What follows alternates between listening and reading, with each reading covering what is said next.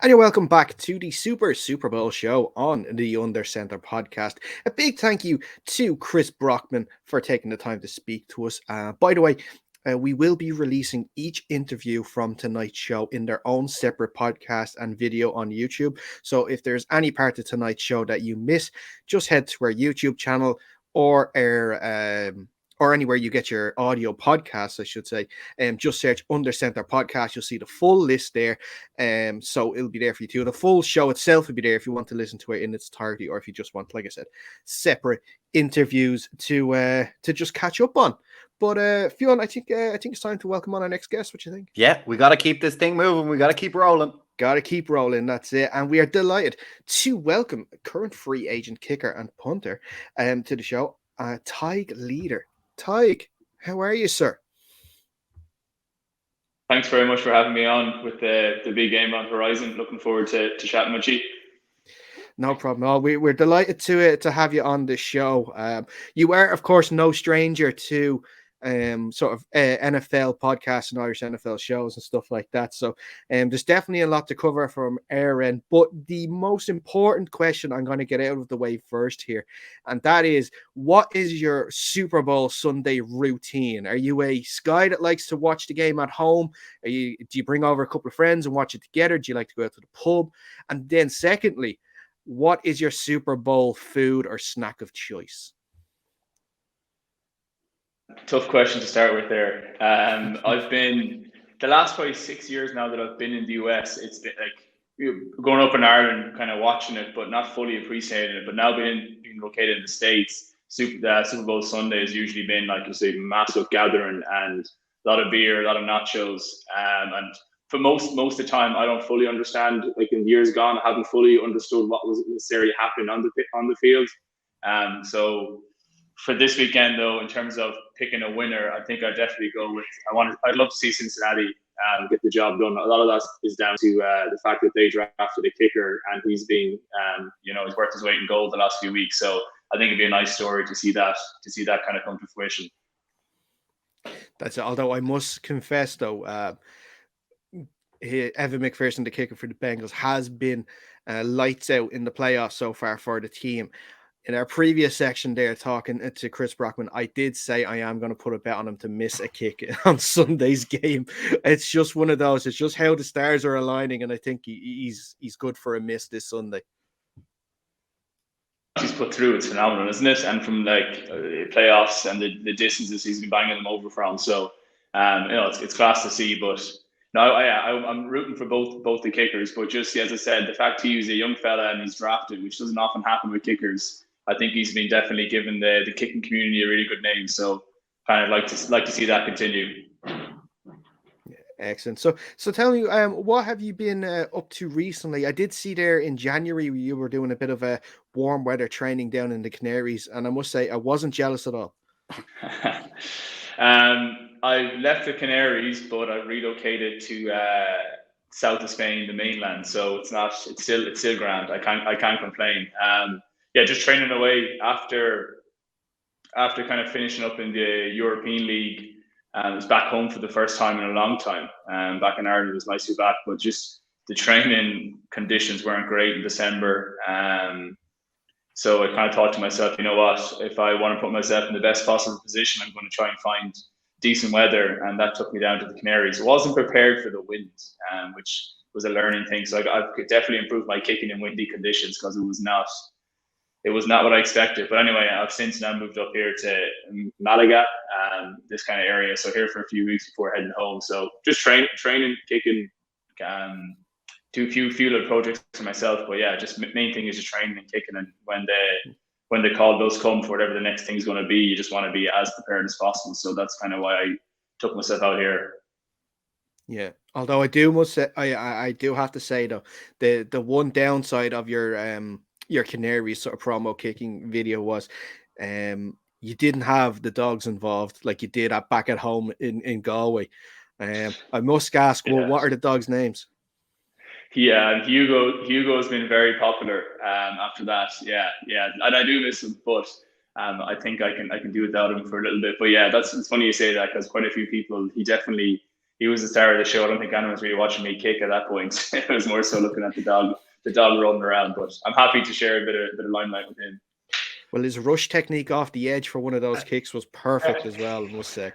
That was great, wasn't it? That was like, Yeah. I was kind of just last second. I became a little bit of kind of aware. You're kind of very focused, but I wasn't expecting a rush. So that worked out nicely. So no, he's put me in good place for when the big fellas are coming off the edge trying to get a hand to it.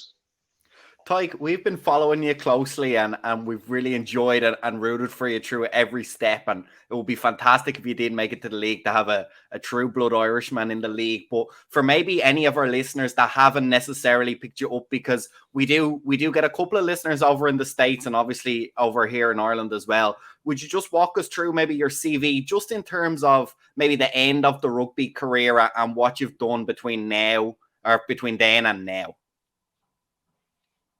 Kind of finished up rugby when COVID hit. I was playing over in the States in Major League Rugby, and I started playing for the US national team. So everything was good, playing sailing. I was happy, everything's going in a good direction. Then when COVID hit, I'd been encouraged by a lot of people to try kicking, punting, footballs, but just never did because I was kind of in the rugby world and it was going well. So never got around to it.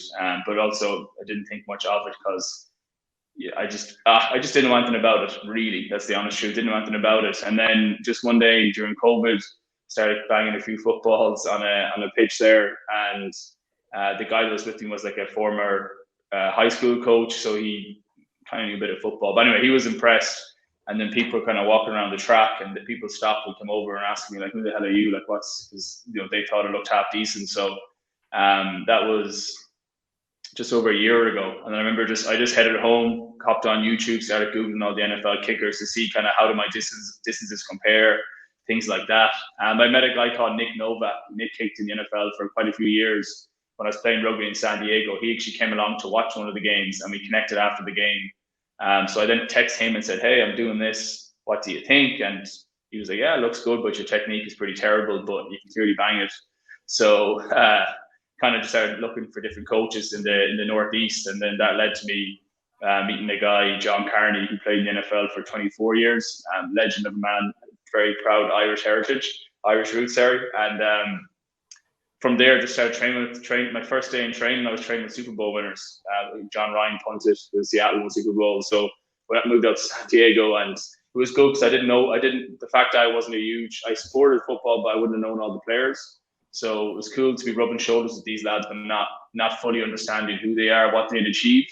I think that was a good thing because maybe I might have felt a little bit more uncomfortable or like I'm out of my depth. So that training went really well. And then to kind of fast forward quickly, I ended up getting to play in the Spring League, which is kind of like a feeder league to the NFL. It's guys that didn't get drafted or guys that were in the league and got injured.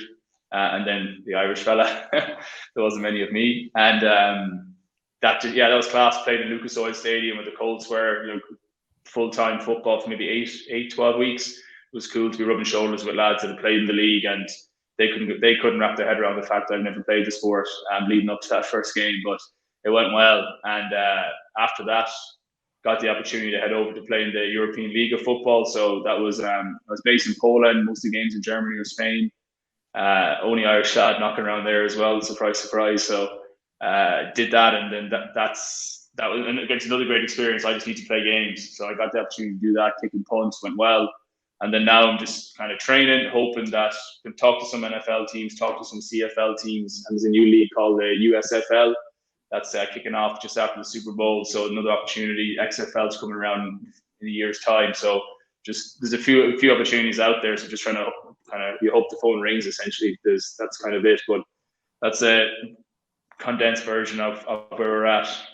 And I have a little follow-up question as well. I always feel like people on kind of both sides of the Atlantic, sometimes when they're talking to each other, I always feel like we play over here in the Irish League, not necessarily the level you've been playing at, but we have some experience in American football. And I feel like people slightly unfairly compare rugby to American football. I think they're pretty significantly different sports. But how on the kicking side of things, how much of a difference instinctively did you feel just in the ball itself, not necessarily the setup or the run up or the kicks, that they are vastly different to anyone who's watched the two sports, but the dynamics of the ball itself, was that something you could naturally kind of understand, or did that take a lot more tweaking than you were expecting? Smaller sweet spot, much smaller sweet spot on the football. So obviously you have to be more dialed in there. But in terms of kicking field goals, I caught onto that relatively quick. I caught onto that pretty quick. Just kicking off the ground. So I was lucky in that regard that, if your foot to ball contact is good in rugby, in football, and soccer, you're going to get a decent punch out of the ball. But punting was a lot different, because in rugby these days you don't really spiral the ball a whole lot, whereas the expectation for NFL is everything's a spiral, everything's a clean, tight spiral. So that took a lot more kind of getting used to. So that was kind of my first dip my toes into it. But then the more you do, you start to learn about operation times, how you have 1.2 seconds. You start on a field goal or on a punt, learning you have around like 1.1 seconds to catch, mold the laces, and get it off. And once you start progressing through it, you realize, oh wow, this is not as easy as I probably thought it was. Sitting down watching a Super Bowl last year or 2 years pre-COVID, having a beer, you see a guy missing, you think, that doesn't look too hard. You just got to kick it straight, don't you? So once you throw yourself in there, you realize, all right, there's a lot going on. But thankfully, I guess the rugby background, oval shaped ball, definitely made the transition much smoother. But initially, I met a lot of games, but then once you try and get into the game, I met a lot of games. But once you try to actually play games, and for me, I couldn't play in college, so I was trying to jump in at a professional level. The tiniest of margins have big differences. So you kind of have to learn how to deal with that. And what about coming off essentially the bench, right? The kicker in American football doesn't play except in really specific circumstances. You're obviously coming from the dynamic game that is rugby, and you have to be on the pitch the whole time. How did you find that? Was it hard to get a rhythm in game? Did it change the tension in the moment significantly? It just heightens every involvement because you have so few. And there's no makeups. Like I said, in rugby, you can miss a kick, but you might get 3 or 4 more. You can make a good tackle, pass, run, whatever. You don't get that opportunity as a kicker. So I think the first game, I remember sitting on the sideline the entire first quarter. I was hoping I'd get the kickoff, but unfortunately we didn't. So the entire first quarter goes by. I'm just drinking water, kicking the ball into a net, kind of like pretend I know what I'm doing. And then the entire second quarter goes by until there's maybe like 7 seconds left, and then you just hear field goal. They start shouting, and then just like things just hit the roof in terms of like my anxiety. Like it got very real very quick. And I've been thinking about that moment for so long, because I was like, what's going to happen when I actually get on the pitch to take a kick? And truth be told, blacked out. Don't fully remember it. I remember just getting back into my stance, into my kind of breathing, and then next second I looked up and the ball was thankfully sailing down the middle, and then it kind of felt like I just snapped back out of it again. So it was really cool one, and thankfully went through. But once everyone starts shouting field goal, it's probably unnecessary, but it definitely just adds like this kind of chaotic sense to the whole thing on the sideline, and everyone's looking and shouting, and it's like, whoa. The more games I played, I realized I know it's my turn to go on the pitch, so can you just relax? Although believe it or not, in the playoff game in Europe, I actually didn't, and we can talk about that maybe a different time. But anyway, it was. Thankfully I scored the kick, but I didn't realize we had actually scored a touchdown. I thought we were stopped on the 1. So yeah. Anyway, it went over. But so it's chaotic. It's chaotic. You just gotta. As a kicker, you're like a golfer. You just get into your breathing. You just get into your own rhythm, and just kind of ignore everything and just kind of come to you. Is what I've learned. But there's a lot happening, a lot of smack being talked, as they would say. I don't want to curse, people shouting at you across the line, especially during COVID. There's no fans, so you can hear them very clearly what's going on. So yeah, a great experience. Okay. It's definitely a post-watershed sort of show we'd have to have if we wanted to find out the sort of things that was said to you that day. Not running onto the pitch.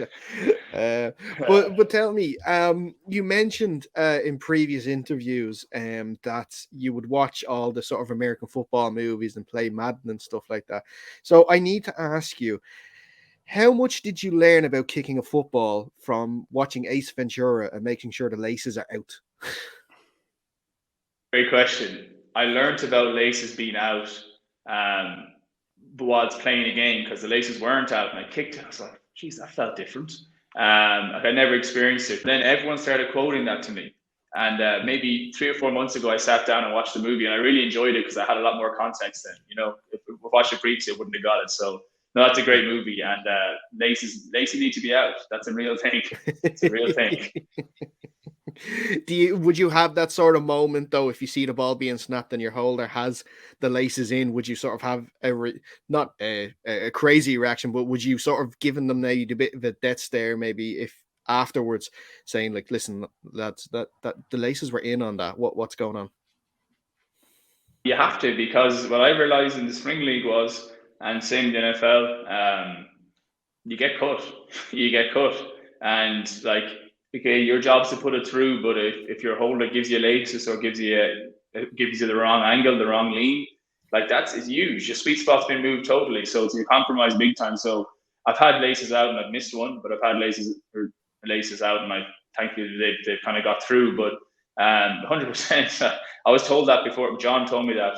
Carney told me that. Like, make sure you're on your holder, because no one's going to know that he messed up the hold. Everyone can just see the ball going wide left. So yeah, 100%. I learned, like, I had a word and was like, you need to sort this out, or you need to tell coach that you didn't get that down, because as I said, otherwise you're on a plane the next morning. So that's the kind of business side of it, and that doesn't exist in rugby. Not like one bad performance, you're gone. So that was mentally another world to deal with. Yeah. And like you said, you mentioned you played both in the Spring League and the European League of Football. And I'd be interested in what sort of comparisons could you make between the two leagues? Like, have you seen the sort of quality over here in Europe? Sort of, is it as far off as, like you're saying, with sort of undrafted guys? Is it getting closer? Yeah, good question, Nat. I would say lads are a lot in the US. We're just even just observing, as I'd be doing on the sideline, because you're just drinking water waiting. But just observing, I think lads have a lot more of a natural instinct and can react a little bit quicker in the US. But that's understandable, isn't it? It comes when you're playing the game from the age of 5 or Pee Wee football. But I was impressed in the European League, just like lads are sponges for information. In fairness to them, I don't have to get too much information, just kick it straight. But different positions, the European guys are so keen to learn. And I coach a lot in rugby, so I was just, when I was standing back observing, it was good to see that. And I'd say overall, no, I'd say the level is. The level, I'd say, is higher than what it's given credit for. Is what I'd say. I think in the US it's very much kind of just bigger and better, and that's the assumption across the board. When in reality, no. I think the European League's going to get a lot more respect the more it keeps going. There's more ex-NFL lads coming over, or kind of high level college guys that didn't get picked up. So long may that continue, and hopefully maybe change the narrative a little bit around kind of football outside the US. That, like, just because you're born in Ireland, that doesn't mean you can't catch a ball or kick a ball, So that's something I'm kind of dealing with myself now. I didn't play in college, so it adds a layer of difficulty. But no, hopefully get a few more foreigners doing the good thing in the International Pathway Player Program that's going on, to try and open up people's eyes a little bit. You don't have to be from Mississippi or Arkansas to play in America. Yeah, and you mentioned the International Pathway, and like you were mentioning earlier on, like, we have a lot more leagues now coming up, like the Spring League, the XFL, like you said. Hopefully the USFL hopefully will be a success too, so there'll be more avenues for players that can't go through the college route to sort of still have a chance. And the way the International Pathway doesn't allow kickers at the moment. Hopefully there's a change in that. I don't know. Have you heard anything about possible changes to the program to give you a shot? I don't think it's a sexy enough position to be doing that. To truth be told, to kind of talk to the people in there, but no, they don't carry kickers. I genuinely think that's a big part of it, because they make the show about it, and there's kind of on the NFL Network, whatever it may be. And I think in reality, if I was, I'd just be over in the corner stretching and then kicking the ball to a net. So it's probably not the most riveting kind of TV to get, but I think, but it's an obvious position, right, for lads to make an impact pretty quickly. Is kicking, because it was so obvious to me being over in the US. just how natural we Irish people, we are with our feet. Even coaching rugby, and I coach kicking, and just guys just coach, like their swing, their mechanics were just not a thing they're used to doing with their feet. So much scope there for kind of Europeans or other countries to make an impact in kicking. And hopefully the program does change, but unfortunately for now, it's not an option. So it's there's a lot of doors kind of, but you just gotta find another way, right? Hence why I probably ended up in Poland. You just gotta. There's not a whole lot of leagues to play in, and so if one gives you a chance, and especially having not played in college, like that's one of the first questions you get asked is where'd you play in college. So I don't have a good answer to that. So you just trying to find ways in. But the program is great, though. It is great. Fair play to what they're doing. Obviously, selfishly, you'd love to be involved, but for what it is doing, it is helping the game globally. And I think there's a few lads actually making legitimate impacts. I think there was their fullback with the Pats. I can't think his name, but yeah, I think there's a few guys that are actually playing week in, week out. So you hope that again that starts to change the narrative a little bit around international football and what players can do. So, Tadhg, obviously the ultimate goal is the NFL, and we all have our fingers crossed we might see it in there one day.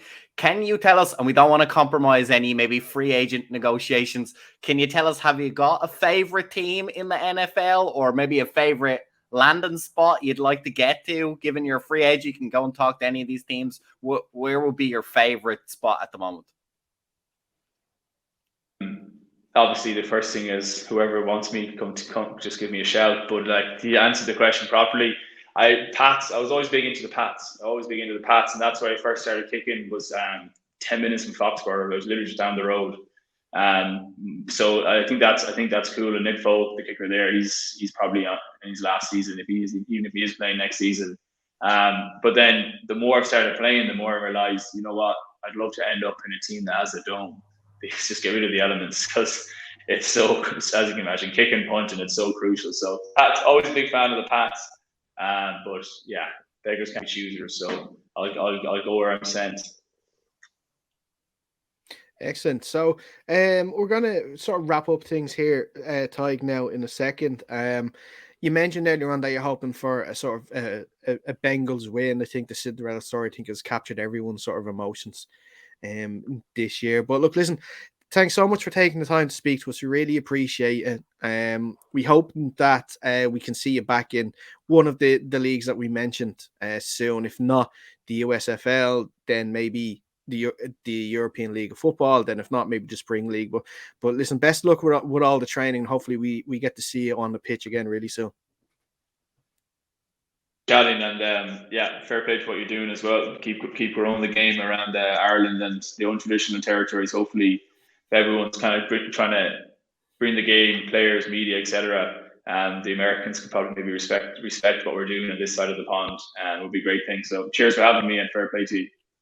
No problem. And if by March you're still looking to have a kick around, I think we're looking for a kicker on the North Dublin Pirates, so you can hop back over to Dublin for a couple of months from March if you want. Yeah, unfortunately the pay there is about a Snickers. Yeah, that's more than being offered at the moment, lads. So we'll see. Brilliant stuff. Listen, Tadhg, once again, thanks so much for taking time. Hopefully enjoy the game on Sunday over there in Malaga. Just wondering, would there be any pubs or anything showing it over there? I'd say I'll find somewhere local. Although what time? Well, it's in LA, so the time be. I think it's a 12:30 kickoff Spanish time. 12:30 kickoff. Mm-hmm. Yeah, I'm sure there'll be a few heads knocking around watching it. Yeah, no, it'll be good. I'm looking forward to it. Since I've come out here, I haven't watched a full game since I've been out in Spain, just because the time difference and just moving around. But now I'm looking forward to kind of watching this, and yeah, it'd be great to see one of the kickers step up and then bang it through. Like, honestly, the kicking community, McPherson, like lads are, everyone's loving them just because. Kickers are usually kind of off to the side, and the fact he was drafted, they're hoping that's kind of will do a lot for kickers, and hopefully might want an Irish fella somewhere on the line. Fingers crossed, and maybe his name might be Tadhg Leader in the future. We'll see. Fingers crossed.